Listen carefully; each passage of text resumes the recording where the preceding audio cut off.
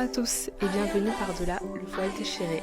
Je suis Chris Tevikalaka, vous pouvez m'appeler Chris et je suis trop contente de vous retrouver pour ce nouvel épisode qui, à mon sens, va être un des épisodes les plus importants de cette chaîne parce qu'on va parler du lieu secret et c'est très important.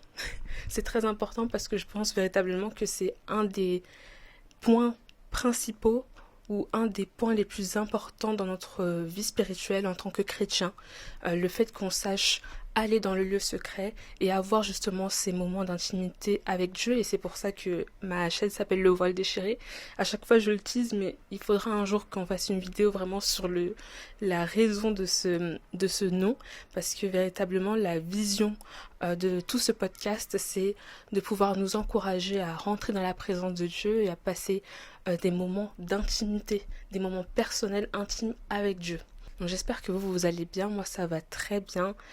Ça a été une semaine assez étrange dans le sens où, mais une semaine très bénéfique parce que ça a commencé par un sorte de brain fog où j'étais un peu alourdie jusqu'à ce que je me rende compte que faut savoir que j'avais supprimé les réseaux sociaux, donc TikTok, j'étais plus du tout active sur Instagram, ce genre de choses pendant plusieurs semaines, voire plusieurs mois. Pour TikTok, c'est plusieurs mois. Et pour Instagram aussi. Bon, après, je suis pas très active en règle générale, mais c'est vrai que sur TikTok, je l'étais beaucoup. Et j'ai pris une grosse pause de quelques mois. Sauf que, justement, pour ce podcast, pour le promouvoir, et puis juste pour être active sur les réseaux sociaux, je suis retombée dessus, là, il y a une semaine. Et du coup, je suis tombée dans la tête la première, en retombant un peu dans mes travers. Et je comprenais pas pourquoi je me sentais alourdie, un peu étouffée et juste comme en pause mentalement. Et j'appréciais pas du tout cette sensation jusqu'à ce que je réalise en fait que c'était à cause de ces réseaux sociaux et que du coup je les ai supprimés à nouveau.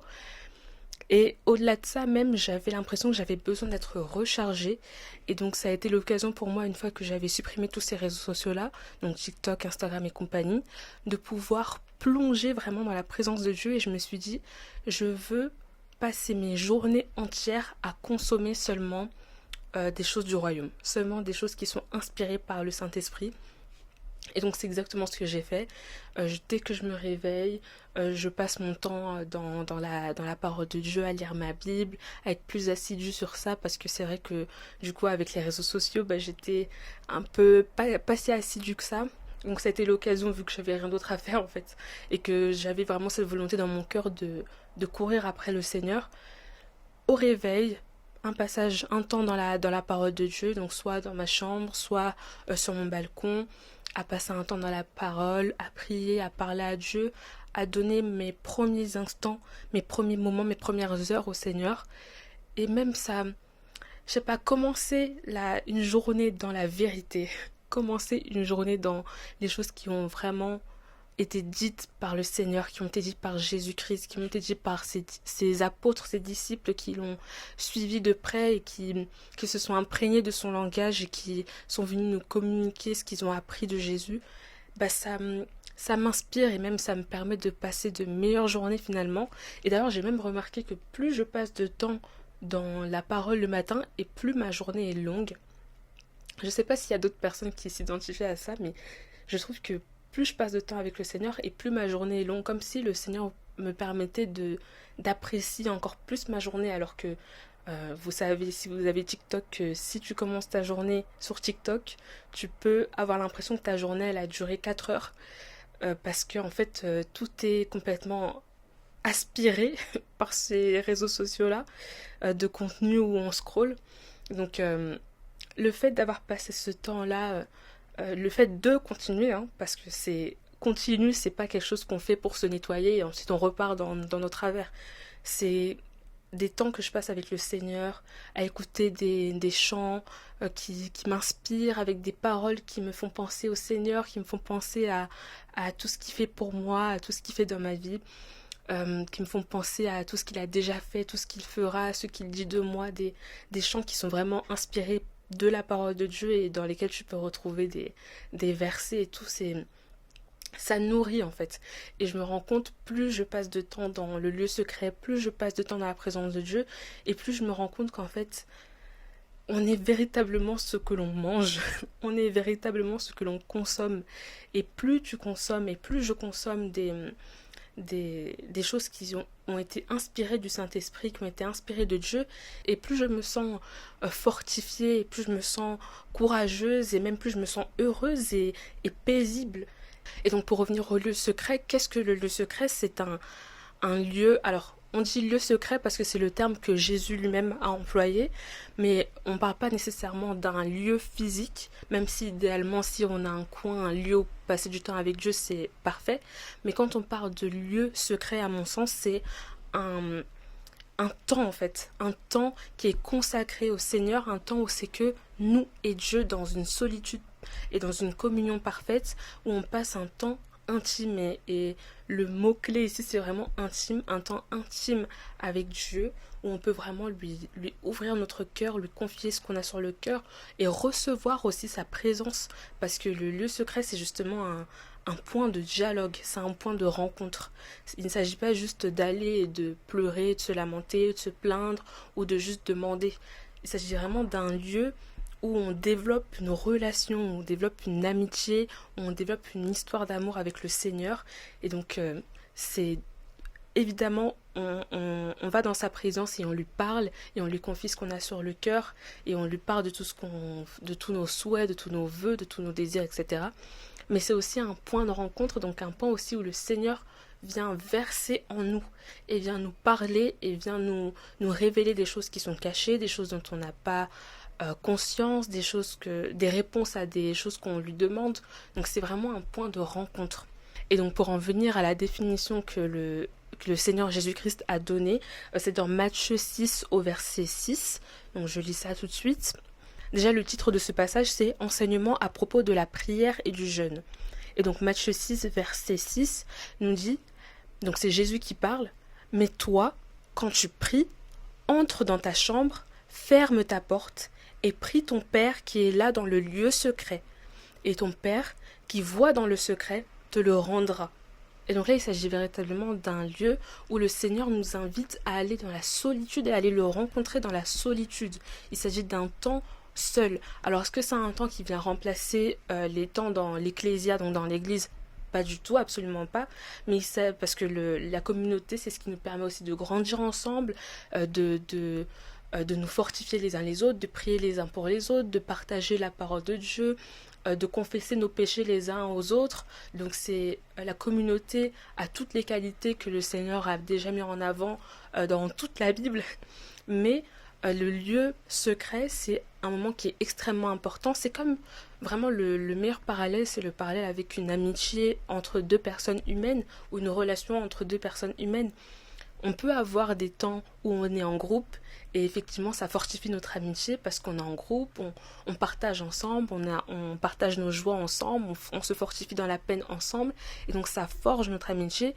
Mais les moments où on est seul à seul, entre quatre yeux, avec la personne, avec notre ami, il y a encore une nouvelle dimension dans cette amitié. Ça nous permet d'aller encore plus en profondeur, de confier des choses qu'on n'aurait pas confiées en public, d'aller vraiment en profondeur. Et même au-delà de ça, moi ce que j'aime énormément dans ce lieu secret, c'est que, comme j'ai dit, c'est un moment de communion et c'est un moment qui est d'intimité, donc d'amour profond. Mais c'est aussi un lieu où on peut aussi confier nos peurs, où on peut confier nos craintes, nos doutes, où on peut confier nos colères, où on peut dire Seigneur, ce que tu fais là, je le comprends pas, et du coup ça me fait mal et ça me fait de la peine. C'est vraiment un lieu où on peut être complètement honnête avec le Seigneur, et tout en espérant et en sachant que le Seigneur va nous répondre, parce qu'on a cette amitié. Et ce que j'aime aussi avec le lieu secret, c'est que c'est un lieu qui évolue, c'est un lieu qui grandit, dans lequel on grandit dans notre relation.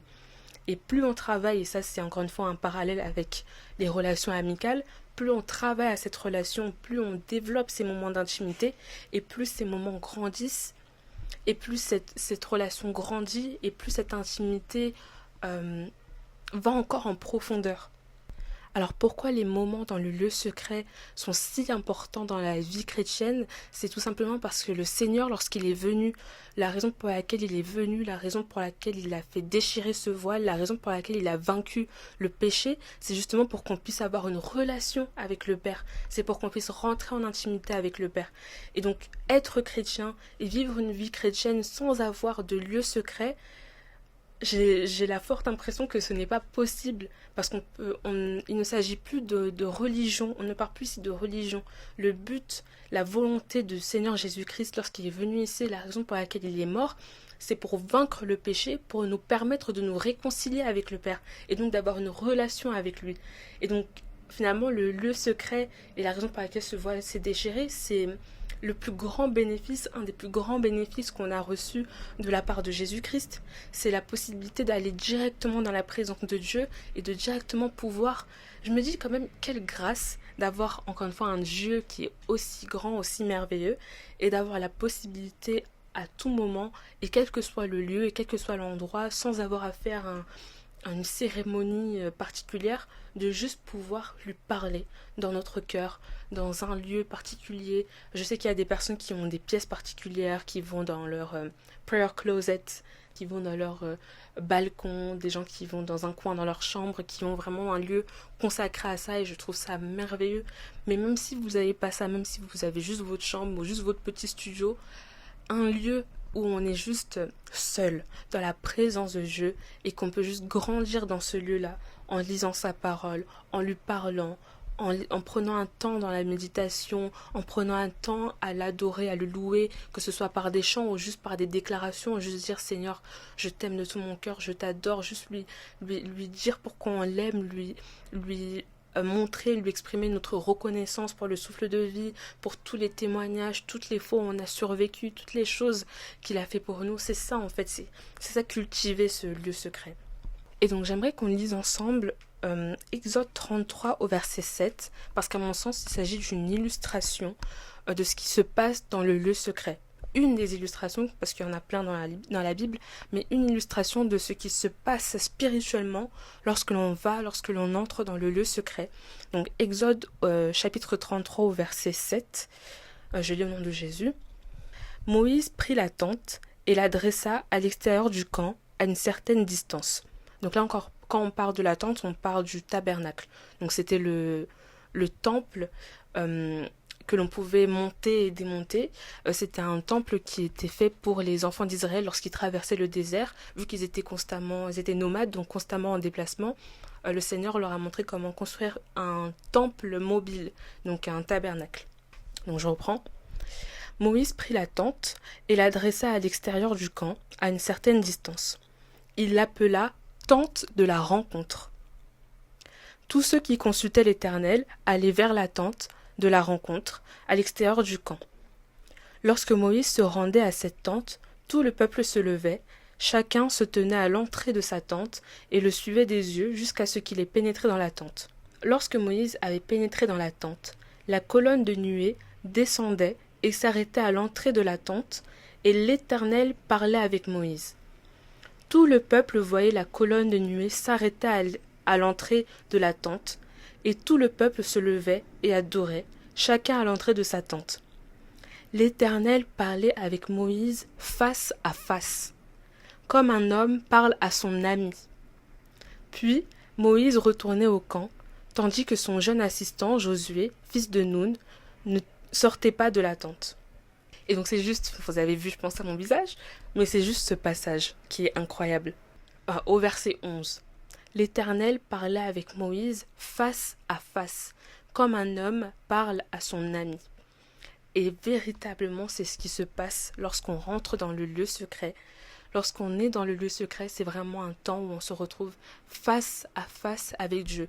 Et à partir de là, il s'agit seulement, et je ferai un épisode, j'ai l'impression d'avoir promis 40 épisodes, mais je ferai un épisode sur comment entendre la voix de Dieu, comment savoir quand Dieu nous parle, etc. Parce que je sais que c'est une question que beaucoup de personnes, chrétiens et non chrétiens d'ailleurs, se posent sur le christianisme et sur la relation avec Dieu. C'est comment vous dites tout le temps Dieu m'a dit, Dieu m'a parlé, Dieu m'a montré, comment ça se manifeste exactement. Je pense que je ferai un épisode dessus et que ce sera bénéfique. Maintenant, une question qu'il faut se poser, c'est comment appréhender le lieu secret? Comment se présenter dans le lieu secret? Et une des choses pour moi qui est primordiale lorsque j'entre dans la présence de Dieu, c'est l'honnêteté. Une honnêteté absolue, une honnêteté pure. Et je sais qu'en tant que chrétien, parfois, on a l'impression d'avoir à choisir beaucoup nos mots et à faire très attention à ce que l'on dit, comme si le Seigneur n'était pas capable d'encaisser tout, ou comme si le Seigneur ne voyait pas de toute façon ce qui est dans notre cœur.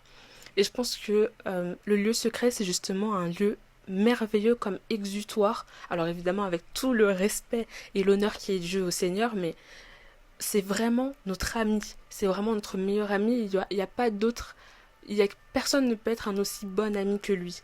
Et donc il faut pas se dire que ça je peux dire, mais ça je vais le garder pour moi parce que j'ai peur, parce que le Seigneur n'est pas dans le lieu secret, il n'est pas là pour nous juger, il est là pour nous aider, nous conduire.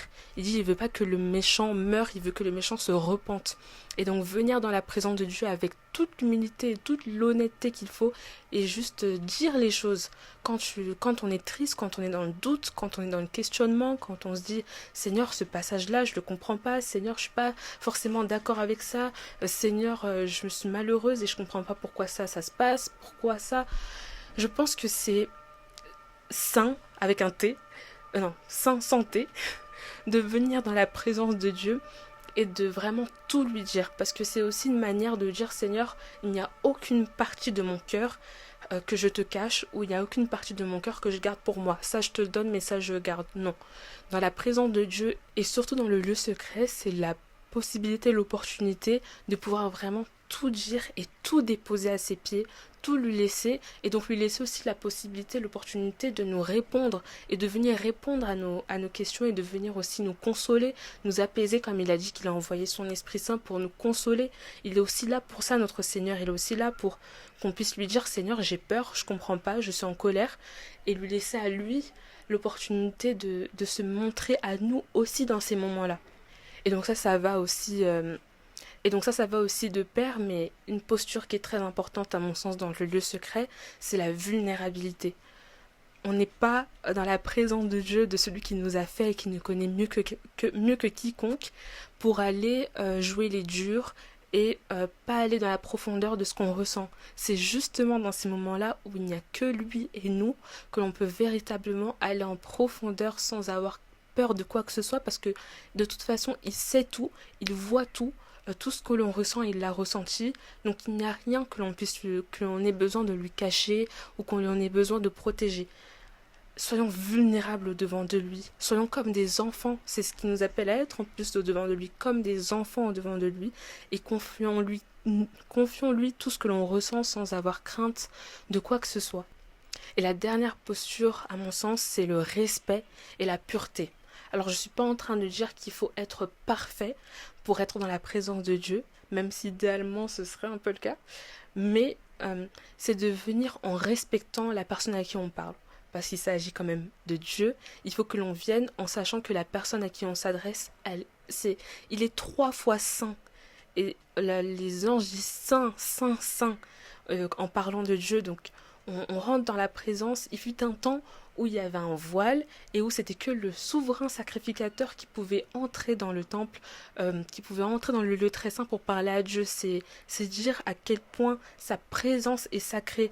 Vous vous souvenez dans la parole de Dieu, c'est Moïse qui, lorsqu'il se retrouve près de Dieu, est obligé d'enlever ses sandales parce que le lieu dans lequel il entre est un lieu sacré.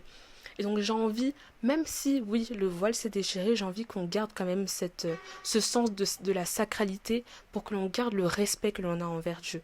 Alors ça ne veut pas nécessairement dire enlever ses sandales, etc.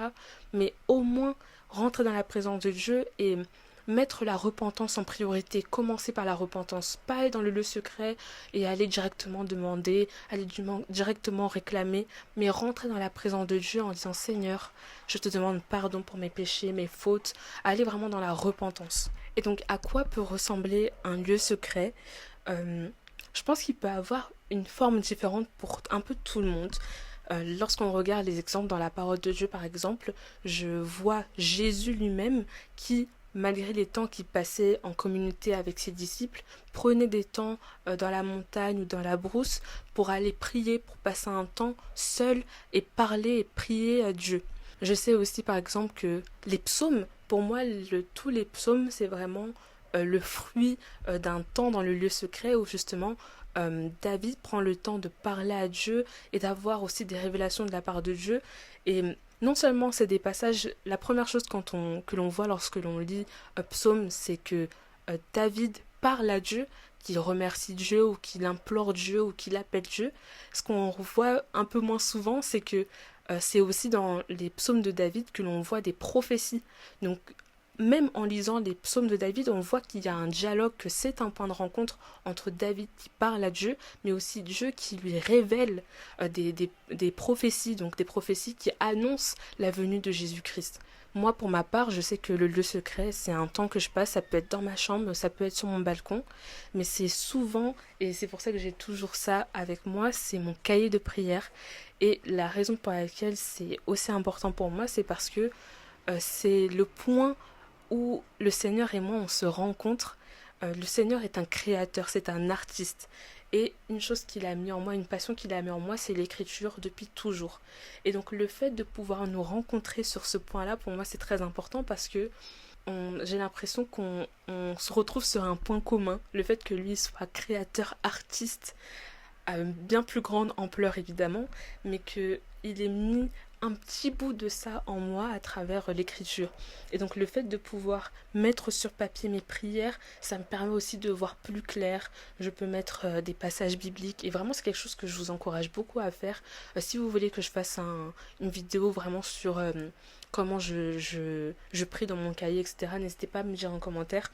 Mais je pense que c'est vrai, enfin en tout cas c'est vraiment pour moi un lieu de rencontre, un point de rencontre où je parle à Dieu, mais aussi où je reçois énormément de réponses de la part de Dieu, de révélations de la part de Dieu, de prophéties de la part de Dieu. Même la naissance de ce podcast, elle a commencé littéralement dans un cahier comme celui-ci. Donc pas celui-ci, mais parce que j'écris beaucoup, donc j'en achète beaucoup des cahiers. Mais dans un cahier comme celui-ci. Donc si c'est quelque chose que vous aimez faire, que vous êtes quelqu'un qui aimait écrire, je vous encourage vivement à tenter l'expérience et à faire vos prières dans un cahier de prière et même à étudier juste votre Bible dans un cahier et tout. Je pense que c'est extrêmement bénéfique. Vous savez pas le nombre de fois où je me retrouve à aller chercher dans mes cahiers de 2018, 2019, 2020 juste pour voir ce que le Seigneur m'a dit à ces moments-là. C'est vraiment merveilleux. Mais donc je sais que pour beaucoup, le fait de passer à travers les dons que le Seigneur a mis en nous, ça nous permet de rentrer dans le lieu secret. Pour des personnes en qui le Seigneur a mis le don de chant pour le louer, je sais que pour certains d'entre eux, le fait de louer Dieu et de prendre le temps dans la louange, dans l'adoration, à improviser des chants ou à juste même chanter sans parole, mais juste jouer avec leur voix, ça leur permet de rentrer dans le lieu secret. Donc c'est vraiment quelque chose qui doit pas... C'est pas nécessairement quelque chose qui doit ressembler à votre voisin, qui doit ressembler à votre ami. Trouvez le lieu, le moment, la pratique qui vous permet de rentrer en connexion avec le Seigneur, qui vous permet de le retrouver. Et donc pour moi c'est l'écriture, pour Jésus c'était d'aller dans la brousse ou à la montagne, pour David c'était de chanter et d'écrire des chants. Trouvez ce qui vous ressemble vous, ce qui marche pour vous. L'essentiel c'est que ce soit un lieu dans la solitude, que ce soit un lieu entre vous et Dieu, que ce soit un lieu de rencontre où vous ne faites pas que parler mais aussi écouter et recevoir de sa part. Et donc comme je l'ai expliqué au tout début de cette vidéo, je pense que vous le savez autant que moi que le lieu secret est extrêmement combattu par l'ennemi, tout simplement parce que l'ennemi sait très bien ce que l'on retrouve dans ce lieu secret. Il sait que l'on retrouve la présence de Dieu, il sait qu'on est fortifié dans la présence de Dieu et donc il va combattre ces moments. Et c'est pour ça qu'on a autant de mal à se discipliner, qu'on a autant de mal à ouvrir nos Bibles, qu'on a autant de mal à prendre des temps de solitude et à consacrer 1 heure, 2 heures dans la présence de Dieu.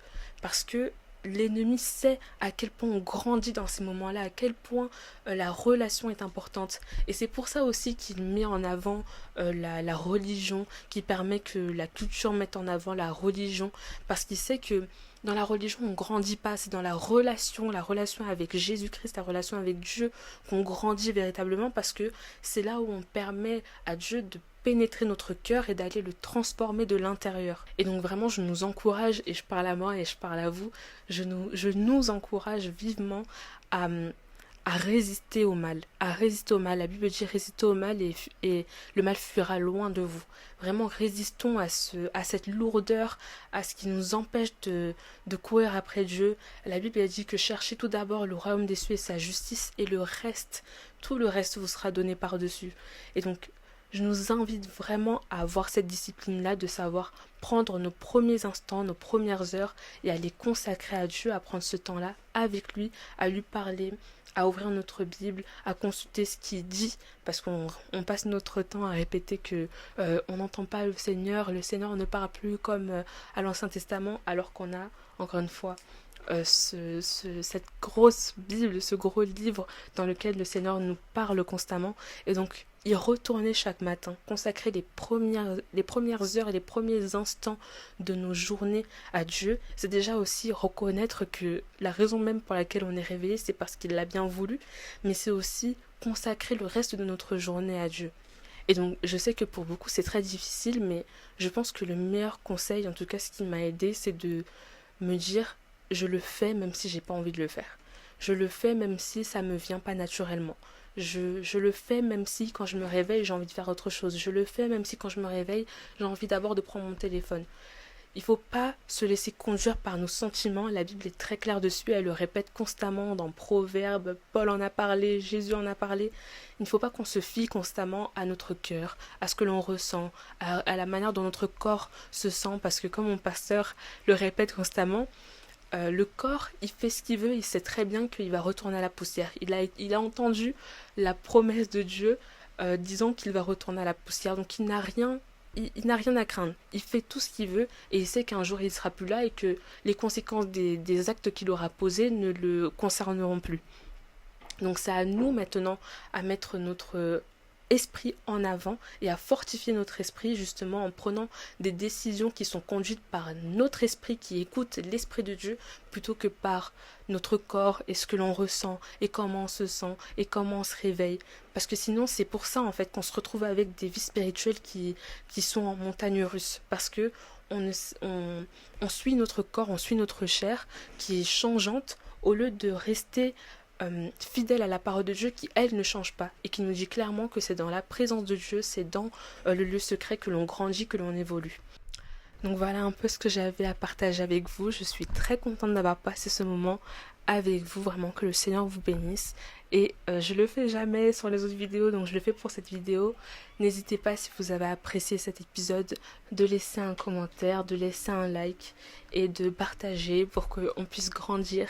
Mon but, c'est qu'on puisse avoir une jolie petite communauté, qu'on puisse prier les uns pour les autres, qu'on puisse partager ensemble. Donc n'hésitez pas à partager cette vidéo, à la liker, à la commenter pour pouvoir la mettre en avant sur YouTube et que d'autres personnes aussi puissent bénéficier de ce message qui, je l'espère, a été bénéfique pour vous. Que le Seigneur vous bénisse et à très bientôt par-delà le voile déchiré.